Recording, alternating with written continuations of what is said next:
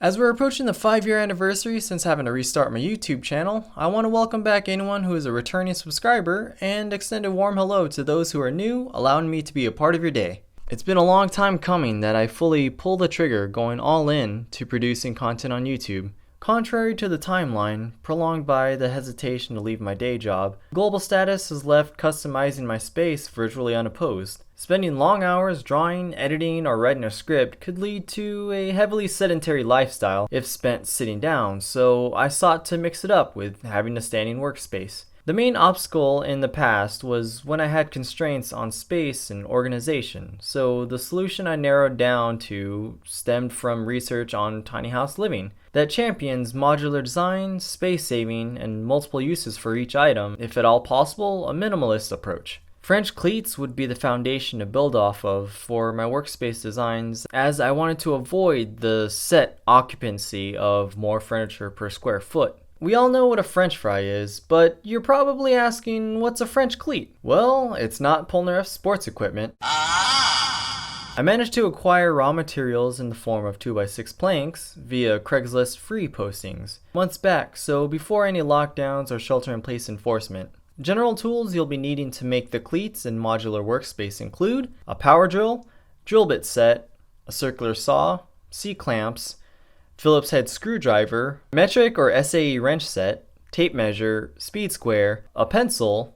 Optional would be a sawhorse, but I just used a table and stacked pieces of wood to cut or drill on, a step stool to reach higher sections of the wall, and in a perfect world I would have a table or sliding compound miter saw with a fence. But you'll find with my channel I make do with what I have available. Designing a workspace for me took into consideration that I would like to use it with my laptop and drawing tablet combo, my sewing machine, and a crafting mat, in addition to storage for my equipment to switch between with relative speed and ease. The customization can be detailed as needed, which for me included a multi-plug power source to recharge batteries. At a glance, know where my film and crafting tools are, which I'll get to later. Mockup for the storage system requires noting the height, width, and depth of each item to the degree of resource management in any video game. So with this, my Resident Evil suitcase organizing skills come in handy. The final design came to a 3-tier shelf system tied to the French cleat that leaned to the functional side as opposed to aesthetics, which I narrowed down to just the color of the wood finish. My influences for the exposed storage came from Casey Neistat's studio, which was intended to cut down on situations where I can't find a particular item right before needing to head out for a project. The depth was addressed by stacking planks attached via 2 hinges per shelf that could flip out. I wanted movable lighting options, which I borrowed from a number of Pinterest posts for low-cost lighting, from entry-level hardware clamp lights,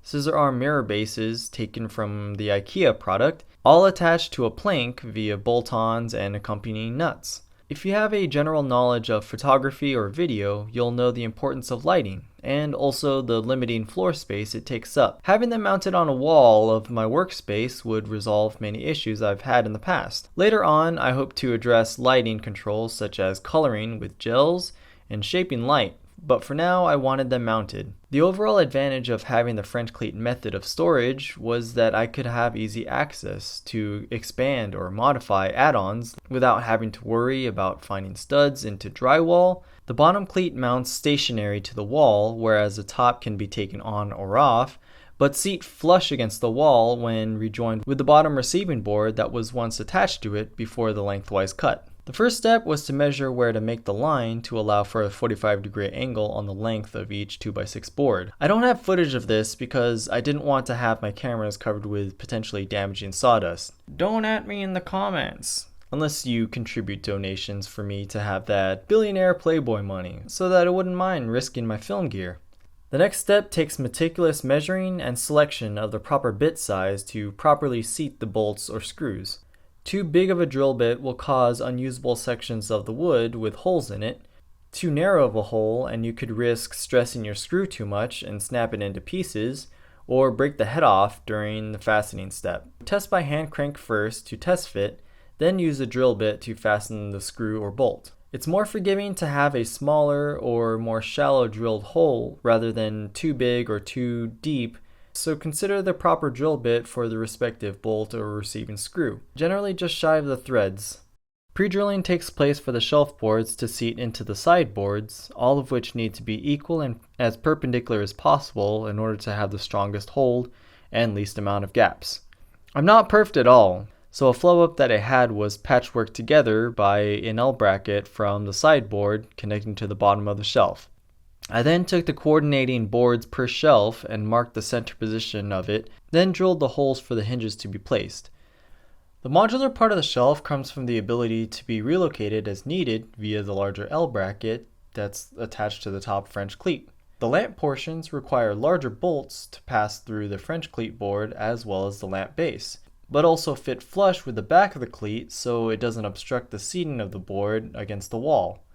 So it required me using a larger diameter paddle bit to allow for the bolt head to fit flush. The easier method that I found was to duplicate the same positioning of the holes as if it were a stencil, achieved by using a C-clamp to test where you want the board to join up. Then just preset the drill bit into one of the holes that's already been established and continue drilling through the adjoining piece.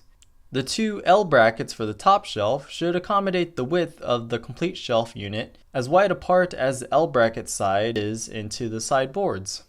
The part that was most crucial and physically taxing was drilling the holes needed for the cleat into the wall studs. This requires accurate and repeatable results of the stud finder to locate where the center of the wall stud is.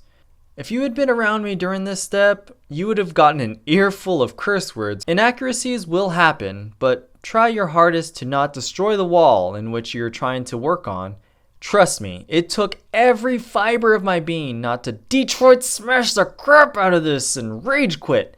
The troubling factor is the uncertainty of your house's construction. For myself, I had walls that had a set of stairs on the other side, a power box on certain studs that caused me to shift where it was located, and certain holes that I tried to get as close to the edge of the board as I could without making it too redundant of a mounting point. No board had a uniform screw placement between one and the next, not to mention drastically uneven walls, which meant that I had to brute strength the board in order to make it as close and flush to the wall as I could get it. 12 screws in total to hold up 4 French cleats. 4 mistaken holes were made in the process of wall mounting them. A good tip to take away from my experience is to feel the pressure difference between drilling into just drywall versus the resisting pressure that wall studs yield. Also take notice of the dust when pulling the drill back. More coarse tan dust indicates that you drilled into wood, and the finer chalky dust indicates that you just hit drywall by itself. The initial hole can be a landmark of which you can work off of to obtain level and companion holes for the other 2 per French cleat. Transferring the holes onto the board can be done by using tick marks when held up next to the wall, and use of a speed square can retain alignment to the face of the board. Yes, I did mess up a total of 3 times, but the method of stepping up to larger bits makes it not as noticeable for the most part. Assembly should be in sections until you decide where everything will be in your home. The shelves were bolted to 2 L brackets when on the ground, and once secured, mounted up to the corresponding bottom cleat, all of which should be a corresponding match from the top and bottom cleat once the singular lengthwise cut is made. Why, you ask? Because the wood grains match together best that way. Most importantly, it'll seat better as opposed to what I did here, which is mismatching one board to the next. Painting or staining or sealing the wood is all up to you, but I opted for a weathered gray look. I saved the extra step of taping off where the wood goes by painting the bare walls by itself and allowing it to dry completely. If I'm to be a collective reflection of my environment, I want to continue having your company to keep me in check, seeing as we may be hunkered down for a while. Feels kind of wrong to say how I had a very real breakdown while staying isolated, as it's kind of first world problems compared to what's going on in the rest of the world. Loneliness impacted me harder than I thought it would, with things seemingly out of my control. This channel is me trying to work myself out of this mental dark hole. And maybe I do things wrong so you won't have to, but definitely tell me if I'm doing things right in the comments below. I could really use it. My storytime animations take a bit of time for me to produce, but one about how getting glasses changed my life is on the way, so if you could, share this or a previous video of mine with a friend and subscribe plus a bell tap to know when a new video gets released. I'm the Ubaned Hero. Explore your full potential and be the hero of your own story.